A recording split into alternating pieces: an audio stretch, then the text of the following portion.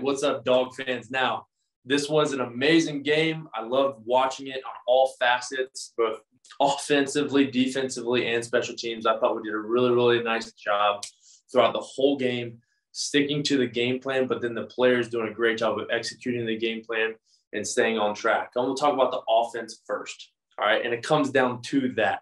We stayed on track and on time throughout the whole game, allowing the play calling to stay creative and stay aggressive throughout the game plan. I think we thought we did a really nice job on first and second down, executing and taking things that they gave us that allowed us to do some things on third down, third and short, third and long, that allowed us to make some plays later in the game, throughout the game, put us in really good situations. And then Stetson Bennett, my guy, you came through and did a lot of great things. A lot of people will say a lot of different things, but I'm going to say this. Stetson Bennett was exactly what he needed to be in this game, and he will need to be that same guy going forward as we continue to go against Bama. But let's talk about this first third and short that we got into.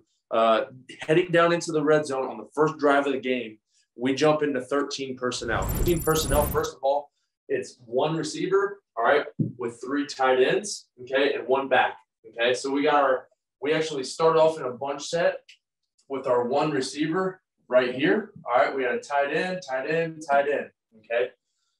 Michigan had already shown when they get pinned back into the red zone, when they get pushed back, they get in that third and short situation in that part of the field, they wanted to go zero coverage, all right, and basically crowd the line of scrimmage and take away the run game, make Stetson make plays over the top, which we saw, we understood. So we bring in some big guys to handle those guys up at the line of scrimmage to stay aggressive and match that as we got into it. So we get into 13 personnel. We start in a bunch set, and I know they talked about it on TV, but they did a great job of starting here. All right, we end up shifting, all right, over here into a bunch set. So we take this guy, we put him up on the line of scrimmage. I'll leave him there. All right, so he moved there. These two guys, they come over here, and we create a tight bunch, all right, basically to the field. Okay, what that does is, number one, it makes the defense adjust because we had two tight ends over here. They had set the defense here, all right, and they had Hutchinson right here at defensive end, basically their dog. They wanted to put him to the side of the bunch because what do we like to do to the bunch? We like to run that sweep. The number one thing that blows up that sweep is penetration right there, and that's what I think they were trying to get to. You'll see it as we go and we shift. All these dudes start running around. It starts to create confusion, all right? At the end of the day, Hutchinson actually ends up over here away from the bunch, which helped us, all right? But at the same time, they run all these guys around. The corner stays here, all right?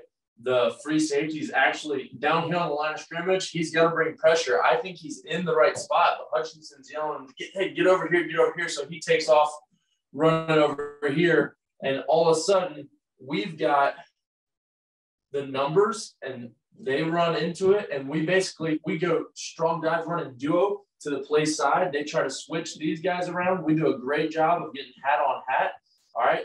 We actually try to fold up and come and get this backer, but this guy running across runs into this backer, which actually creates a little space right there.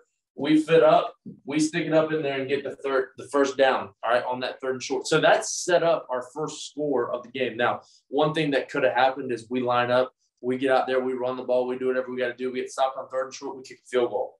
Not a bad thing, all right? We did a great job of taking those field goals later on, but this drive really set the tone for us going forward. I love the creativity, using the personnel to our advantage. We've got two really good tight ends. Really, three really good tight ends. Two of them are great pass catchers, all right? They can push the ball down the field, so you really can't get too creative, all right? On defense, they did a great job of filling, stepping up. They showed that pressure. We got them a little confused. We provided. We hit it up in there. Great job by Zeus sticking his nose up in there and getting that first down. The very next play after we get that first down, we stay aggressive, all right? We get into this thing called a sugar huddle, okay? So a sugar huddle, all right, is a huddle to start with, but then all of a sudden your receivers are going to run out there and get set, all right? We get set. So these guys are out of there, all right? So now you have your 5-0 lineman and your one tight end, running back, and quarterback right here, all right? Now all of a sudden on the snap of the ball, what you actually see is this guy, number 69, Jamari, does a great job of being as sneaky as a 300-plus pound lineman can be. All right, if you watch the play a little bit ahead of time, you see him kind of sneaking over here, and then right on the flat, they all run to the line of scrimmage, right? So now we get lined up. All right, it looks like a normal set. All right, you got your quarterback and running back here, except now your eligible receivers are 1, 2, 3, 4, and 5 because he is off the ball. Okay, so now you've got a little bit of a mix-up as far as the defense deciding who they've got and what their responsibility is. They're in a 4-man set right here where they're going to man up here. He's basically going to play outside leverage here. This guy's going to take anything that comes inside, and he's also going to be the run fitter. All right, he's got a responsibility for him if he comes inside. The Will has here, this free safety is going to run fit, all right, and then try to double anything backside or help anything across the way. If the quarterback's eyes go here, he'll probably cheat and scan just in case we try to go 3 over the middle, okay? And then this guy's in man here, okay? So how does this affect them, and why did this really mess them up and give us a great opportunity, all right? So if we look at it, all right, he's accounting for him. He is thinking he's accounting for him. He actually sees it. If you see it before the snap, this Mike's like, hey, this guy's the tight end. And he's like, hey, he's pointing to him. Hey, you watch out. You got him. All right. But he's like, well, crap. I've also got this guy. All right. So what we do, all right, we do a great job. We push off, get outside leverage and block. We simply run a backside RPO in which we're basically blocking inside zone, front side. All right. And he's reading this guy. This guy hangs in here just a second. We do a great job of getting flat, putting that ball on Bowers. All right. And he, of course, turns up into the end zone. But what it did is it created a situation in which they would have had to roll basically their safety down here and get into a 1-high set, which they don't like to do a lot. They like to play this 2-high situation. All right. And when they do that, this guy's manned up. So he's paying attention here. If they would have zoned it off or rolled this guy down, yeah, they could have handled it because they could have had somebody for him and him as far as responsibilities. We've got 3 eligibles. They'd have 3 guys to cover. They could have covered us up. But in this, he steps down just for a second and thinks this guy is reading run or pass. He sees RPO. So he starts to look out here because he's seeing this guy go down. This guy goes out. He's looking to take anything coming in here. And this guy continues to get blocked by McConkey out here. We get this ball up to the flat. There's nobody in the flat to cover him. Great job. First of all, doing a great job at offensive line, sneaking around, getting up to the line of scrimmage. All right, quick snapping the ball, creating that conflict on that linebacker who's really responsible for 2 different people in the coverage as well as his run fit. So he's in 3 different conflicts, which is hard to figure out how to do on one guy. But Coach Munkin did a great job scheming them, seeing that, and getting up to the line of scrimmage and going fast, taking advantage of the defense that they were in. Great job. Now, a few things that you saw throughout the game that are going to have to carry over.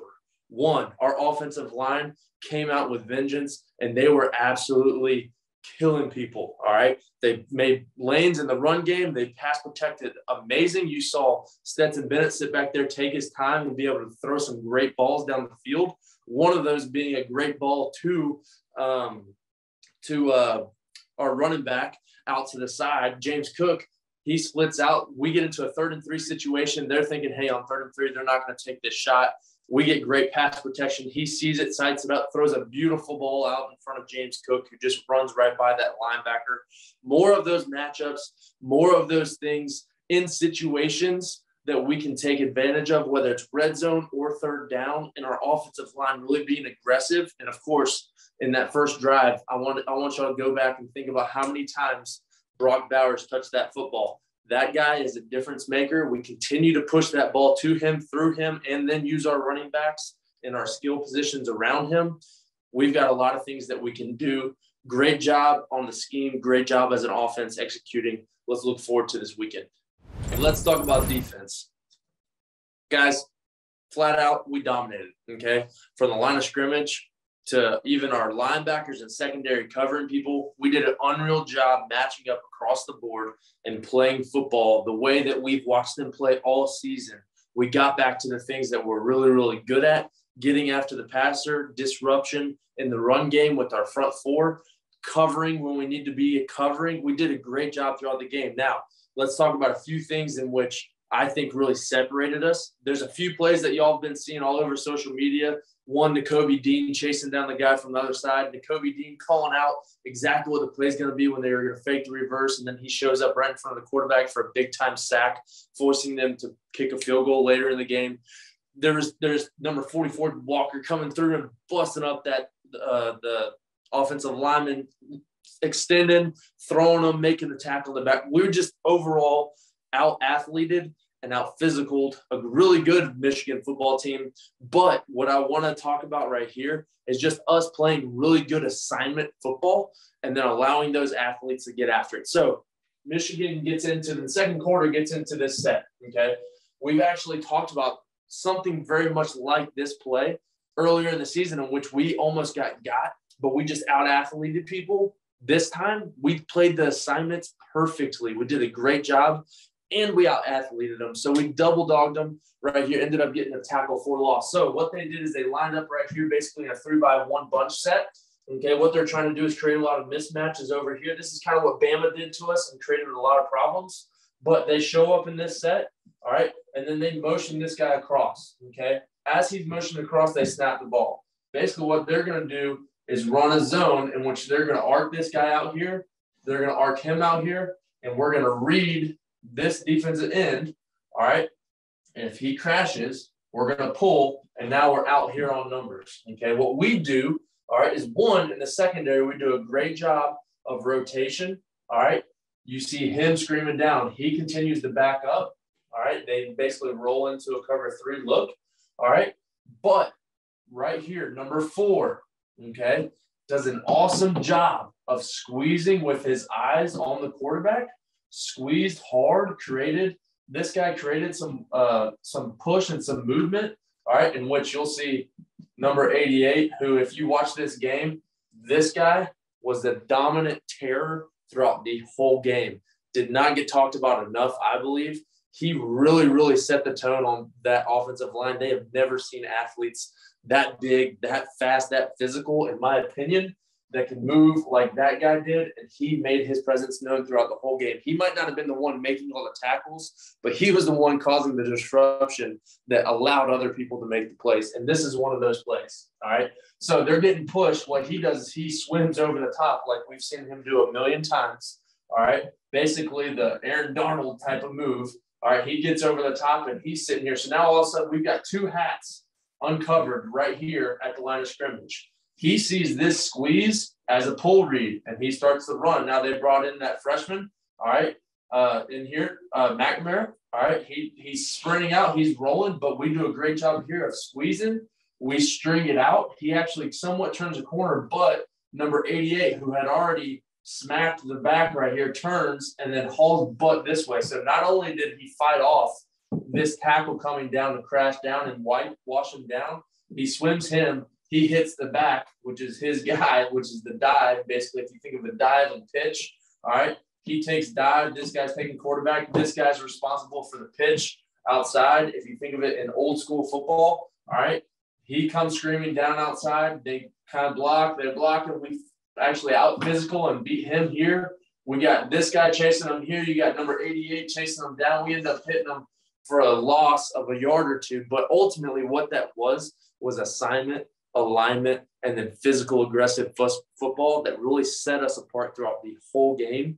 The next thing I want to talk about is something we did on 3rd down that I thought we did a great job of. 1, we brought pressure. 2, if we didn't get there, what did our guys do? In the first 2 drives, 2 of the biggest plays were simply guys who didn't make it there on the pass rush, got their hands up and batted the ball down. Guys, we're playing another guy, shorter in stature at quarterback. He does a great job of finding lanes, but if we can, number 1, put pressure in his face, and number 2, if we don't even lay a hand on him, we get our big paws up and knock balls down. It makes life really, really hard at quarterback. You start seeing things. You start feeling like bombs are going off. Then all of a sudden, that calmness, that composure starts to fall apart. Those are the things we need to do. Let's talk about that third down play real quick and just see how what we normally do played into this play, and we'll play into what we're going to do versus Bama, I believe, to provide some pressure on Bryce Young. The last play I want to talk about is something that we mentioned. It's the pressure that we provided. Now, let me put it this way. Michigan's quarterback is not Bryce Young. Take that for what it is. They're receivers. They're not Alabama's receivers. Even though they have been hurt, they've been beat up a little bit, they still got different kind of athletes on the perimeter that we're going to have to be able to run with. We're going to have to be able to play tough with. We're going to have to put our hands on and play physical with.